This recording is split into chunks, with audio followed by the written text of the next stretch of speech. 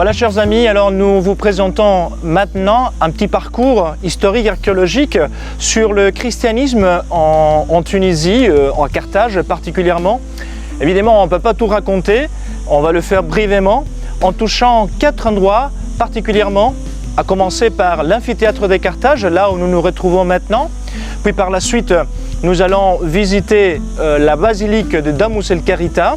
Puis après, le musée paléochrétien ainsi que la basilique de Cartagena, comme on l'appelle, pour finir après avec la basilique de Saint-Cyprien au bord de la mer. Et là, nous allons évoquer alors 4 moments différents de l'histoire de l'Église en Afrique du Nord. Ici maintenant, nous sommes donc à l'amphithéâtre de Carthage. Cet amphithéâtre qui a été découvert par le père Delattre, père blanc, missionnaire d'Afrique, à la fin du 19e siècle, nous parle et nous fait évoquer les thèmes des martyrs chrétiens de la Tunisie. Avant les 313, après Jésus-Christ, l'Église a été persécutée. Et il y a eu beaucoup de persécutions de la part des Romains, 10 persécutions au total, et chacune des persécutions avait donné beaucoup de martyrs à l'Église. Le martyr, c'est celui qui est témoin justement de la foi en Jésus-Christ. Alors ici, dans l'amphithéâtre de Carthage, nous évoquons la persécution de l'année 203 particulièrement, parce que dans cette persécution de l'année 203, il y a eu le martyre des 2 jeunes filles, Perpétue et Félicité, ainsi que 4 compagnons. Et donc un petit groupe qui était des catéchumènes, c'est-à-dire qu'ils s'est préparés à recevoir le baptême. Ils étaient originaires de Teburba, un petit village à une 60aine de kilomètres de Carthage.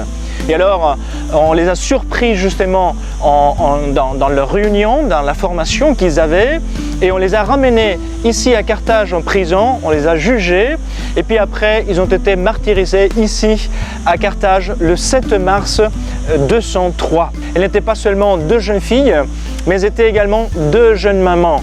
Il y avait une qui avait donné naissance à son fils tout en étant en prison, ici, et puis la deuxième qui va accoucher son petit bébé quelques jours avant sa mort ici dans l'amphithéâtre.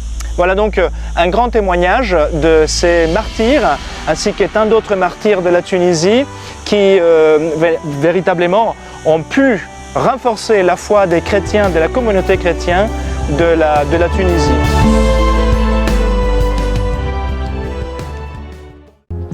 Maintenant, nous nous retrouvons dans cette belle, extraordinaire basilique chrétienne également.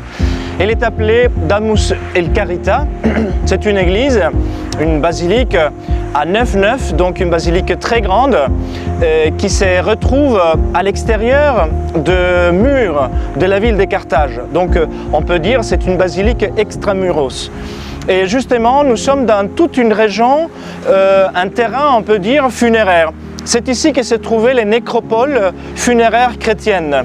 En fait, dans tous ces secteurs, nous avons 4 basiliques, Damus el Karita ici, puis plus à côté de la mer, Saint-Cyprien, les tombeaux de Saint-Cyprien, et puis vers toujours l'ouest, on se retrouve avec la basilique du martyr de Saint-Cyprien de Carthage, et puis la basilique du tombeau de Perpétue et Félicité et compagnons martyrs. Cette église a été découverte aussi par le père Delattre, lorsque les pères blancs commencèrent donc à découvrir les ruines chrétiennes de Carthage. Ici, nous évoquons alors le 4e siècle particulièrement, après les 313, qui est la date, l'année de libération du christianisme. Avant, le christianisme avait été persécuté par les Romains. Après les 313, il y a une libération de la foi chrétienne, une reconnaissance de la foi chrétienne pour que les chrétiens puissent vivre librement. Et donc, on commence à construire des églises. Parfois, on construit des églises à l'intérieur de villes, des grandes basiliques, ou bien au-dessus des cimetières, comme c'est le cas pour cette église de Damus el Karita. Alors nous nous retrouvons en plein cœur de Carthage, dans cette basilique, on l'appelle la basilique de Cartagena, parce que le quartier s'appelait comme ça à l'époque des premiers chrétiens. Donc ici nous évoquons un passage de l'histoire de l'Église nord-africaine un peu difficile. C'est justement la division qui s'est produite à l'intérieur de l'Église, on peut dire l'Église de l'unité, l'Église catholique, entre justement les catholiques et les donatistes. Une division qui commençait à partir des années 303, 306.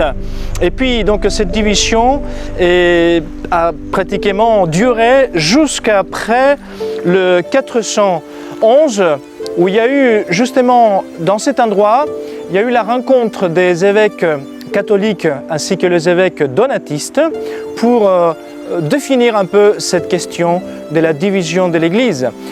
Dans cette rencontre, on appelle ça la conférence du 411. Dans cette conférence, Saint Augustin a participé, ainsi que Aurelius qui était l'évêque de Carthage.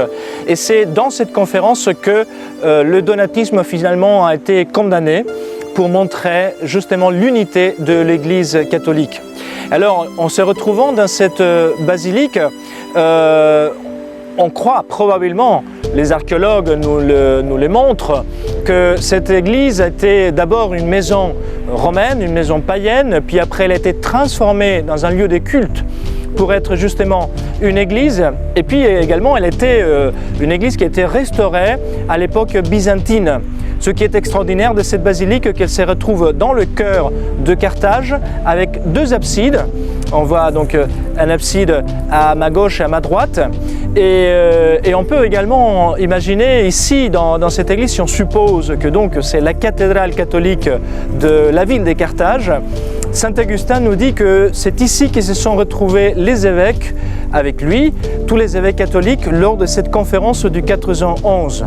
Voilà pourquoi donc cette grande valeur de ces monuments chrétiens que nous retrouvons dans cette ville de Carthage. Aujourd'hui, on peut visiter la basilique ainsi que le petit musée paléochrétien qui se retrouve juste à côté, qui recueille quelques pièces et des mosaïques qui ont été retrouvées dans cette église, ainsi que des carreaux de terre cuite, des lampes votives chrétiennes. Voilà, nous nous retrouvons maintenant dans cette basilique chrétienne, encore à Carthage. Et cette basilique est connue sous le nom de Saint-Cyprien au bord de la mer.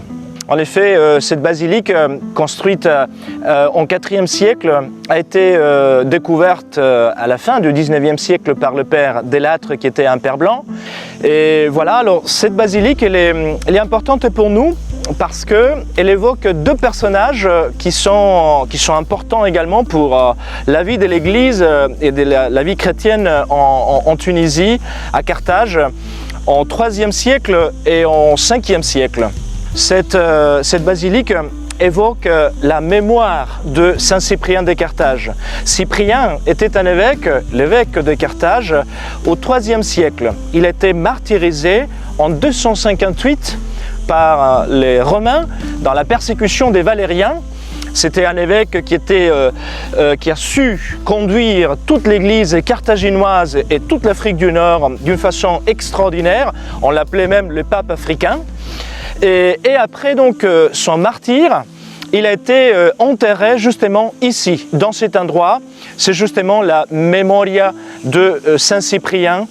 Et nous le savons parce que un autre personnage, un autre saint de l'Église très important, justement Saint Augustin, un siècle plus tard, donc fin du IVe siècle et début du Ve siècle, et il nous raconte que c'était justement ici, il y avait la mémoire de Saint Cyprien dont il était enterré.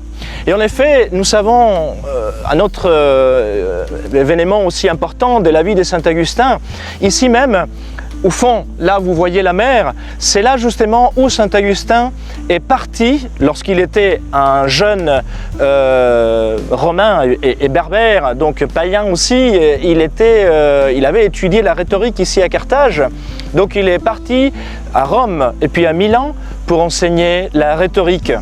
Et c'est là justement à Milan qu'il s'est converti. Alors, en fait, quand il est parti d'ici, sa maman Monique ne voulait pas le laisser partir. Et puis finalement, Saint Augustin essaye de convaincre Monique de passer la nuit où il devait quitter Carthage, de passer cette nuit en prière auprès d'un monument de Saint Cyprien, justement ici.